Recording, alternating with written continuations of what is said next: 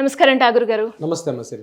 మనం చూస్తున్నాం గత 2 రోజులుగా ఎక్కడ చూసినా కూడా కలకత్తాలో జరిగిన ఇన్సిడెంట్ గురించే మాట్లాడుకుంటున్నారు. అసలు నాకు తెలిసి ఆ అమ్మాయికి జరిగిన ఇన్సిడెంట్ చివరికి ఆ ప్రాణాలు తీసే యముడికి కూడా కన్నీళ్ళు వచ్చే ఉంటాయి. అసలు అమ్మాయిగా పుట్టడమే నేరం అంటారా? మనం చూస్తూ ఉంటే ఈ కేసులో రోజుకి ఒక ట్విస్ట్ రావడంతో పాటు ఈ రోజు మనం చూస్తే ఆ అమ్మాయి ఒక పోస్ట్ మార్టం రిపోర్ట్ కూడా రావడం జరిగింది. అసలు ఆ రిపోర్ట్లో ఏముంది సార్? అది మన సమాజంలో మొదటి నుంచి స్త్రీలకు ఇస్తున్నటువంటి ఇంపార్టెన్స్ అలాగే ఉంది సరే. ముఖ్యంగా స్త్రీలు ఏ ఏ రంగాల్లో అభివృద్ధి చెందుతున్నారు, ప్రతి రంగంలో కూడా ఈ వివక్షత ఏదైతే ఎదుర్కొంటున్నారు వాళ్ళు, వివక్షత అలా ఎన్ని చట్టాలు వస్తున్నా, ఎన్ని అమెండ్మెంట్స్, రాజ్యాంగ సవరణలు ఎన్ని జరుగుతున్నప్పటికీ కూడా స్త్రీల మీద నిత్యం ఎక్కడో ఒక చోట, ప్రతి చోట ఏదో ఒక అగత్యానికి గురవుతున్నారు. ఇటీవల జరిగినటువంటి మనం ఈ కలకటా ఈ ట్రైనీ డాక్టర్ విషయానికి వస్తే ముఖ్యంగా ఇక్కడ 2 సంఘటనలుగా చూడాలి మనం. ఒకటి మెడికల్ స్టూడెంట్ అవ్వడం, నెంబర్ 2 ఈమె మీద జరిగిన దాడి కావచ్చు, ఈమె పరిస్థితి కావచ్చు. మీరు ఇందాక ఒక మాట అన్నారు ఇంటరాక్షన్లో, యముడికి కూడా కన్నీళ్లు తెప్పించే విధంగా ఉన్నటువంటి పరిస్థితి ఉంది అని ఒక మాట వాడారు. రియల్గా 100% కరెక్ట్. నిజంగా యముడు అనేవాడు ఉంటే ఈ దారుణ దుస్సంఘటన కూడా చలించిపోతాడేమో బహుశా. ముఖ్యంగా ఈ 2 పాయింట్స్లో ఫస్ట్ పాయింట్ చెప్తాను సరే. ఒక మెడికల్ స్టూడెంట్ ఒక మెడికల్ డాక్టర్ అవ్వడం అంటే ఈ ఆషామాషి కాదు ఇండియాలో. అవును సార్. చిన్నప్పటి నుంచి పిల్లలకి ఏమంటారంటే, నీకేంటి అంబిషన్ అంటే, నేను డాక్టర్ అవ్వాలి, నేను పైలట్ అవ్వాలి, ఇట్లాంటి కోరికలు ఉంటాయి. డాక్టర్ అనేది సర్వసాధారణం. ఇండియాలో ఒక డాక్టర్ విద్యను అభ్యసించాలండి ఎంత కష్టం అంటే, ఇంటర్మీడియట్ వరకు 10th అయిపోతుంది, ఇంటర్మీడియట్లో బైపీసీ తీసుకోవాలి, బైపీసీలో మంచి మార్కులు రావాలి.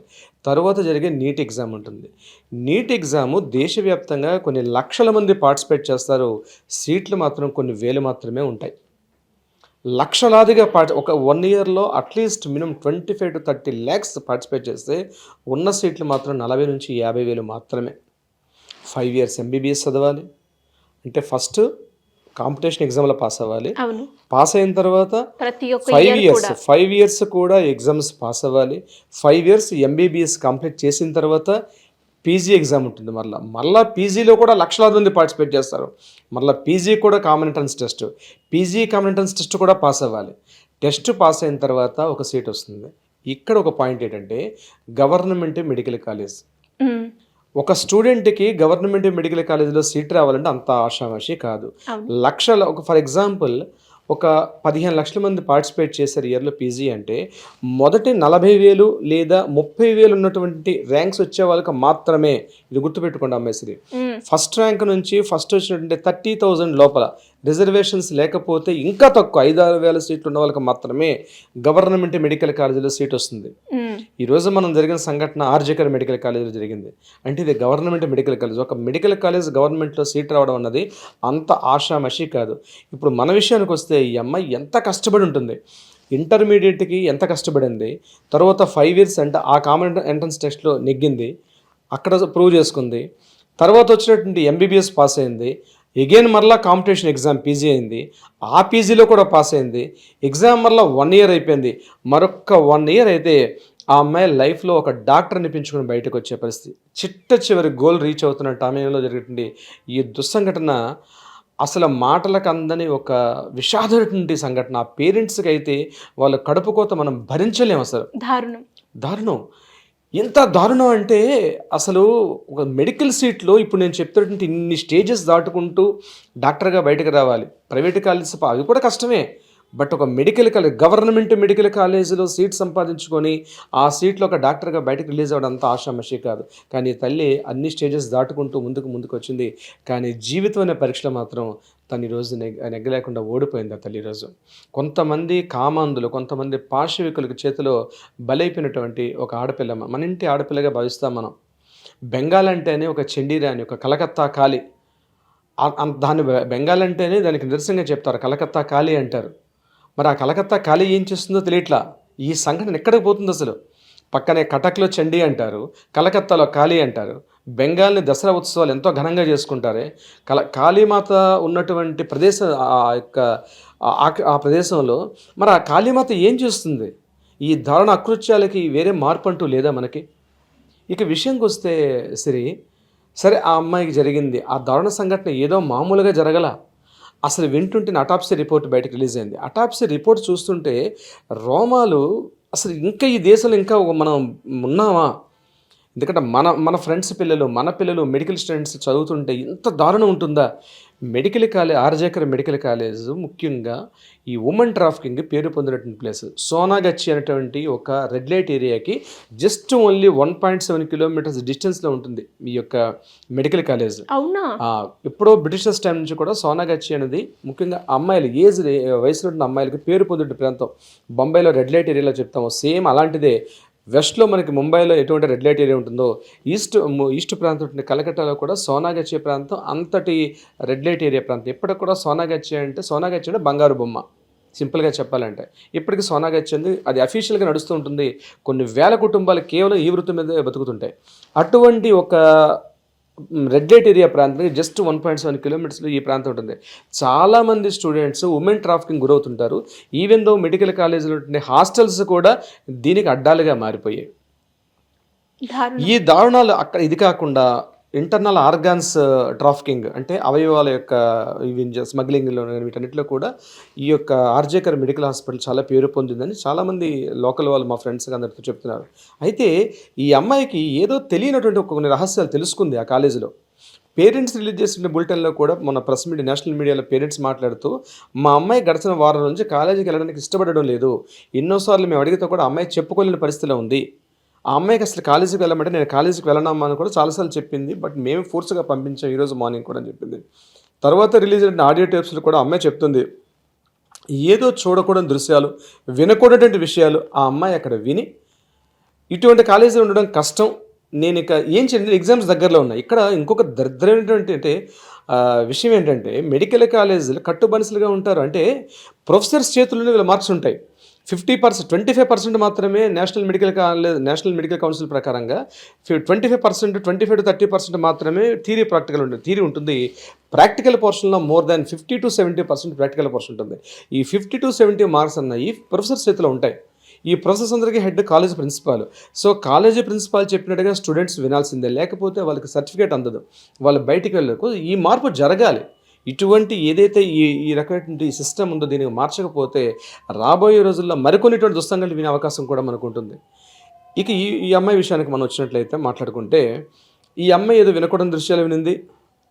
తర్వాత ఆ ముందు రోజు రాత్రి కూడా తన ఫ్రెండ్స్తో పాటు ఈ కాలేజీ ఫ్రెండ్స్ కూడా ఇవి మనకు సంబంధమైన విషయాలని చెప్పి దీంట్లో కొంతమంది బయటికి మనం చెప్పినటువంటి సంజయ్ రాయ్ కాకుండా మరికొంతమంది ఈ యొక్క ఇష్యూలో పార్టిసిపేట్ చేశారని బయటికి మనకు వచ్చిన రహస్యాలు అవి. ఎవరైతే ఆ రాత్రి ఆగస్టు 8 రాత్రి జరిగిన సంఘటన తర్వాత మార్నింగ్ 2:30 to 3 o'clock ఈ అమ్మాయికి జరిగింది. చూడండి, ఒక 3 hours పాటు ఆ అమ్మాయి కంప్లీట్గా ఈ విగత జీవురాలే పడింది. పట్టించుకునే నాదుడు లేడు. బయట పోలీస్ అవుట్ పోస్ట్ ఉంది. అంటే పోలీస్ భద్రతా వ్యవస్థలో ఉన్నటువంటి ఒక గవర్నమెంట్ మెడికల్ కాలేజీలో పోలీస్ వ్యవస్థ ఉంది. అంటే కాపలా కుక్కలే లోపలికి వచ్చి దీన్ని చేస్తే ఎట్లా ఉంటుందో అటువంటి సంఘటన అన్నమాట ఇది. ఇక్కడ మరొక విషయం ఏంటంటే ఇది వాళ్ళు యాక్చువల్గా ఈ కాలేజీలో ఇట్లాంటి సంఘటన జరగడం సర్వసాధారణం అటంత ప్రతి సంవత్సరంలో కూడా. అయితే వాళ్ళు ఏమనుకున్నారంటే ఇటువంటి సంఘటన ద్వారా మిగిలిన స్టూడెంట్స్కి ఒక భయకంపితం చేయాలి. కాలేజీ యాజమాన్యం యొక్క ఉద్దేశం అలా ఉందని కొన్ని చోట్ల మనం మీడియా కథనాలు విన్నాం. ఎందుకని ప్రతి ఇలాంటి సంఘటనలో ప్రతి 3 yearsకి 2 yearsకి సూసైడ్ జరుగుతున్నాయి. దాన్ని సూసైడ్ అని చెప్పి దాన్ని మాపేసి దాన్ని కవర్ స్లిప్ చేసేసి ఎవిడెన్స్ని మాఫీ చేసి కవర్ చేసుకుంటూ వెళ్ళిపోయారు ఇప్పటిదాకా. ఈ సంఘటన కూడా ఇంత పాశవికంగా చేయడం కారణం ఏంటంటే స్టూడెంట్స్లో ఒక భయకంపితం చేయాలి, ఒక భయాందోళన కలిగించాలి. అటువంటి ఉద్దేశంతో ఈ సంఘటన జరిగింది. బట్ ఫార్చునేట్ మనందరి అదృష్టం ఏమిటంటే ఈ సంఘటన మీడియా ఎప్పుడైతే బయటకు తీసుకొచ్చిందో ముఖ్యంగా హైకోర్టు ఇన్వాల్వ్మెంట్ జరిగింది. హైకోర్టు డైరెక్ట్గా ఇన్వాల్వ్మెంట్ జరిగింది. ఎప్పుడైతే హైకోర్టు వాళ్ళు ఎక్స్పెక్ట్ చేయలేదు ఇంత ఓవర్ ప్రాపగండా అవుతుంది తెలుస్తుందనే విషయం తెలుసుకోలేదు. జరగడంతో ఈరోజు నిజాయితీగా మనకు అటాప్సీ రిలీజ్ అయింది. పోస్ట్ మార్టం రిపోర్ట్ కూడా విత్ వీడియో షూటింగ్లో ఉన్నటువంటి అటాప్సీ. ఎప్పుడు కూడా పోస్ట్ మార్టం రిపోర్ట్ ఉంది వీడియో షూట్ చేయరు ఎవిడెన్సెస్ చేసినప్పుడు. బట్ ఈ సంఘటనలో మాత్రం వీడియో షూట్ చేసినటువంటి పోస్ట్ మార్టం. అందుకనే వాళ్ళు డైరెక్ట్గా ఏమేం జరిగింది అన్న విషయాలను బయట తీసుకొచ్చారు. ఆ తల్లి శరీరం మీద 14 చోట రక్తస్రావం జరిగినటువంటి భయంకరటువంటి గాయాలట. శిరస్సు నుంచి పాదం వరకు అమ్మాయికి ప్రతి చోట మెడ, కళ్ళు, ముక్కు, నోరు ప్రతి చోట రక్తస్రావాలు అమ్మాయికి. అంటే అలా అని చెప్పి ఎక్కడ బ్రేక్ చేయలేదు. అంటే ఓన్లీ మెడికల్ నాలెడ్జ్ స్టూడెంట్స్కి మాత్రమే తెలిసే విధంగా అంటే వాళ్ళు మాత్రమే చేయగలుగుతారు. అవును. అటాప్సీ రిపోర్ట్స్ ఎలా ఉంటాయంటే ఇప్పుడు వేరే చోట ఎలా ఉంటుంది, ఏదో కొట్టుకున్నారు, ఏదో ఆవేశంలో కొట్టుకున్నారు అంటే that is a different thing. ఇది ఆవేశంలో జరిగే సంఘటన కాదు, వాంటెడ్లీ క్రూయల్టీ జరిగిన సంఘటన ఏంటి, ఆ అమ్మాయి బాడీని టాప్ టు బాటమ్ వరకు ఆ అమ్మాయిని ఏ పార్ట్లో ఏ ఏరియాలో కట్ చేస్తే వాళ్ళకి తెలుసో ఆ పార్ట్స్ని ఆర్గన్స్ని చూసి కట్ చేస్తారు. అంటే అది కూడా భయంకర నొప్పిని భరిస్తూ మామూలుగా చనిపోరు. ఇప్పుడు ఉదాహరణకి ఆమెకి రైట్ జా ఉంది, రైట్ సైడ్ జా అంటే దవడ ఉంది. ఈ దవడ బోన్స్ని ఇక్కడ ఎన్ని బోన్స్ ఉంటాయి, ఆ బోన్స్ ఎలా బెండ్ చేయాలి, బ్రేక్ అవ్వకూడదు మళ్ళీ, బట్ డిస్మెంటిల్ జరగాలి. ఎస్ ఎస్ అది మెడికల్ స్టూడెంట్స్ మాత్రం చేయగలుగుతారు, ఆ మెడికల్ నాలెడ్జ్ ఉన్న వాళ్ళు చేయగలుగుతారు. కళ్ళల్లోంచి బ్లడ్ రావాలంటే ఎక్కడ ఏ నెర్వ్ని గట్టిగా పడితే బ్లడ్ వస్తుంది, నోజ్లోంచి బ్లడ్ రావాలి, ఎలా చేస్తే బ్లడ్ వస్తుంది, ఏ నర్వ్ని యూజ్ చేయాలి, ఏ నెర్వ్ని పట్టుకుంటే అది డిస్మెంటల్ అవుతుంది అంటే మళ్ళీ ప్రాణం పోదు. అది పాశవికత అంటారు. అంటే మెడికోస్ మీరు చెప్తుంటే సార్ ఎంత క్రూయల్గా ఆ అమ్మాయి మీద దాడి చేయడం, ఆ అమ్మాయి ఎంత సఫర్ అయింది, అసలు ఆమె చేసిన తప్పేంటి, తనకి శిక్ష ఏంటి, ఆ అమ్మాయి చేసినటువంటి దారుణం ఏంటి, ఆమె ఏం తప్పు చేసింది, ఆ కాలేజీ చదవడం ఆమె చేసిన తప్ప, లేకపోతే తన మార్క్స్ కోసం తన లైఫ్ కోసం తన పోరాటం చేసింది తప్ప ఏం తప్పు జరిగింది, ఏం తప్పు చేసి ఉంటుంది? ఈరోజు సోకాల్డ్ రాజకీయ నాయకులు కావచ్చు, సోకాల్డ్ రౌడీ షీటర్స్ కావచ్చు, మాఫియా ముఠాలు కావచ్చు, చేస్తుంటే అరాచకాలు చేసిన దారుణాల కన్నా ఆ తల్లి ఏం చేసి ఉంటుంది? అంత దారుణంగా అంత పాశవికంగా చంపాల్సిన అవసరం ఏముంది కాలేజీలు? అంటే కనీసటువంటి హ్యుమానిటీ వాల్యూస్, మానవతా విలువలు అన్నవి రోజు రోజుకి తగ్గిపోతున్నటువంటి ఒక దారుణటువంటి వ్యవస్థలో మనం బతుకుతున్నాం. సరే, ఇంకా ఎందుకు ఈ దారుణాలు చూస్తూ ఉన్నాం? అసలు ఈ మధ్య మీరు చెప్తున్నా, మరి ఈరోజు రాఖీ పౌర్ణమి పండగ అంటే తన బ్రదర్ తోటి తన పేరెంట్స్ తోటి రక్షణ కోసం బంధించినటువంటి ఇది ముఖ్యంగా కలకత్తా బెంగాల్ ప్రాంతంలో చాలా అద్భుతంగా చేస్తారు ఈ రాఖీ పౌర్ణమి. ముఖ్యంగా బెంగాలీస్ రాఖీ పౌర్ణమి చాలా నాకు తెలిసి ఇన్ని వేల మంది, ఇన్ని లక్షల మంది స్టూడెంట్స్ బయటకు వచ్చి ప్రోబ్ చేస్తుంటే హైకోర్టు కూడా సమర్థించింది, వాళ్ళు చేస్తున్న నిరసన కరెక్ట్ అని చెప్పింది. ఈరోజు సుప్రీంకోర్టు సొమేటోగా ఈ కేసును తీసుకొని ఇమీడియట్గా ఒక త్రిసభ్య కమిటీ నిర్ణయించింది. ఇది నిజంగా ఒక మార్పు. జ్యుడిషియరీకి మనం ఈ సందర్భంగా మన మీడియా ముఖంగా అద్భుతంగా థ్యాంక్స్ చెప్పాలి. ఎందుకంటే వ్యవస్థలు చేయనటువంటి పనిని జ్యుడిషియరీ వ్యవస్థ చేస్తుంది ఈరోజు. ఇక ఈ అమ్మాయి విషయానికి వచ్చినట్లయితే ఇటువంటి దారుణం ఆ పేరెంట్స్కి ఒక తీరని రంపపు కొత్తగా మనం చెప్పుకోవచ్చు. ఇట్లాంటి సంఘటనలు మరలా జరగకూడదు. వ్యవస్థలు ఇప్పటికైనా మార్పులు రావాలి, మనుషుల యొక్క విలువలు మారాలి, ఆలోచనలు మారాలి. రేపు మన ఇంటి ఆడపడుచు ఇంకో రకంగా శిక్షించడం అనేది ఆమె చేసిన నేరాన్ని తెలియపరచాలి. పాపం ఆ తల్లి ఎంత బాధ అనిపించిందో, ఎంత క్రూయల్టీ అనిపించిందో. 3 గంటల పాటు జరిగిన సంఘటన మార్నింగ్ 3-4 o'clock జరిగిపోయిన తర్వాత అప్పటి నుంచి ఒక పర్సన్ మరలా మార్నింగ్ చూసిన ఈ గ్యాప్లో ఈ 3.5-4 గంటల చిత్రవద అనిపించుంటుంది తల్లి. ప్రాణం ఏ క్షణంలో పోయిందండి, మెడికల్ రిపోర్ట్స్ ఒక రకంగా చెప్తున్నాయి. అక్కడ ప్రాణం పోయే సంఘటన కూడా అటాప్సీలో ఒక రిపోర్ట్ రాస్తారు ఫైనల్ జడ్జిమెంట్లో. కేవలం ఆక్సిజన్ ఇంటర్నల్ ఆర్గాన్స్కి ఊపిరి సరిగా అందకపోవడం వల్ల, గట్టిగా ఒత్తిడి గురవడం వల్ల, మెడనరాలు ఉబ్బెత్తవడం వల్ల ఆ అమ్మాయి చనిపోయిందని ఫైనల్ రిపోర్ట్ రాశారు. ఇక గాయాలు ఇవన్నీ చూస్తుంటేనే అసలు మనం చలించిపోవాల్సి వస్తుంది. సో ఇటువంటి సంఘటనలు మరలా జరగకుండా ఉండాలని ఈ రాఖీ పౌర్ణమి సందర్భంగా ఆ కలకత్తా కాలేకి అందరం కూడా మనం ప్రార్థించడం తప్ప ఏమీ చేయలేము. సరే, నిజమే సార్, మీరు చెప్తూ ఉంటే అసలు ఆ అమ్మాయి పడిన బాధ అంతా ఇంత కాదని చెప్పుకోవచ్చు. అండ్ అలా ఇంకే అమ్మాయికి కూడా జరగొద్దు అని అనాలి అంటే ఇంకా ఎలాంటి యాక్షన్ తీసుకోవాలి సార్? అమ్మాయికి న్యాయం జరగాలి అంటే ఏ విధంగా జరుగుతుందంట? ఆ అమ్మాయికి జరగదు సరే. అన్ఫార్చునేట్ ఏంటంటే కొద్ది రోజులు హడావుడి నడుస్తుంది. అంతకుముందు మనం 2012లో నిర్భయ చూసాం, ఢిల్లీలో ఒక బస్సులో జరిగిన సంఘటన కావచ్చు, మన హైదరాబాద్ జరిగిన దిశ సంఘటన కావచ్చు, ఇప్పుడు జరుగుతుంది అభయ కేసులో కావచ్చు. కాస్త కొద్ది రోజుల న్యూస్ ఉంటుంది, మరికొద్ది రోజుల తర్వాత ఆ న్యూస్ని డైల్యూట్ చేస్తారు. కానీ నేనేమంటానంటే చట్టాలు ఉన్నాయి, రాజ్యాంగ సవరణలు ఉన్నాయి, మహిళలకు అనుకూలంగా ఉన్నాయి, పురుషులకు తక్కువగా ఉన్నప్పుడు కూడా మహిళలకు ఎక్కువగా ఉన్నప్పుడు కూడా ఇది చట్టాలు న్యాయాలు కాదండి, మనుషులో కొన్ని మార్పులు రావాలి, సొసైటీలో మనుషులో మార్పులు రావాలి. ముఖ్యంగా ప్రభుత్వ సంస్థల్లో ప్రతి చోట మానిటరింగ్ జరగాలి, అవేర్నెస్ క్యాంప్స్ జరగాలి, స్త్రీల పట్ల మనం ఒక బాధ్యత స్థానంలో ఉండాలి, భయం కలిగించాలి. ఇది వీటన్నిటికన్నా ముఖ్యంగా ఏంటంటే ఇటువంటి సంఘటనలు జరిగితే వీటికి శిక్షలు ఎలా ఉంటాయి అంది భయాన్ని కలిగించేటట్టుగా ఆ శిక్షలు ఉంటే ప్రతి చోట వీటిని డిస్ప్లే చేస్తూ అవేర్నెస్ క్యాంప్స్ పెడుతూ కాలేజీల్లో ప్రతి హై స్కూల్ నుంచి, అంటే చిన్నపిల్లలు ఉంటారండి. ఈ మధ్య ఎడ్యుకేషన్ సిస్టంలో చిన్న చిన్న మార్పులు వచ్చినాయి, అంటే బ్యాడ్ టచ్ గుడ్ టచ్ అని తెలుస్తున్నాయి. సో అదొక విధంగా మంచి మార్పును మనం ఆహ్వానించవచ్చు. అటువంటిది కూడా మరి కాస్త పిల్లలు అవేర్నెస్ రావాలి.